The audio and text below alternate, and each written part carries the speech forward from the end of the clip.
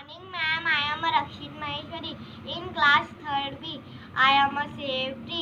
धूप हमेशा सहता पेड़, छाया हमको देता पेड़. धूप हमेशा सहता पेड़, छाया हमको देता पेड़. परहित जीवन जीता है, यह मीठे फल देता है. परहित जीवन जीता है, यह मीठे फल देता है. पेड़ लगाओ, धरती बचाओ. Thank you.